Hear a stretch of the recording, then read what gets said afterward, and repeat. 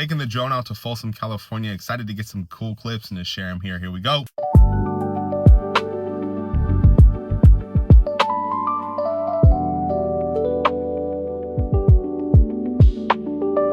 All right, guys, like I said, putting the drone up in the air again today. I am in Folsom, California. Gonna get the drone up. If you don't know, if you're new here on the channel, I have the OG Mavic, the 10-year-old drone, but it still does a job. It still gets really cool shots. So I'm gonna throw it up in the air here in Folsom, California. There's a lot of really cool stuff here in Folsom. I just did a vlog recently, did some location videos here as well. There's so much kind of in this general area that I'm in.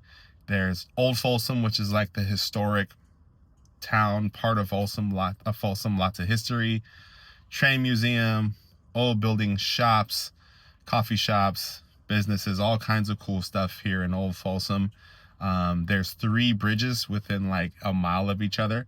2 of them are like really older historic ones. One's a newer, bigger bridge. They cross over Lake Natoma, which is a really big like recreational area. Lots of people paddleboarding, hanging out, swimming, jumping off of rocks. Tons of cool stuff there. And there's a really cool historic Powerhouse, which I did a whole video on. If you want, you can check back at that. So lots of history, lots of activity, lots of cool things to shoot.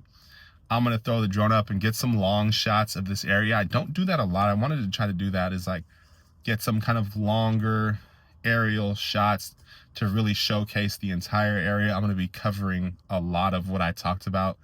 The Powerhouse, the state park, the water, the lake area, the bridges, and then Old Folsom as well. It's all kind of in this same general area. So I'm gonna fly, get some long shots. I think that helps give context to an area.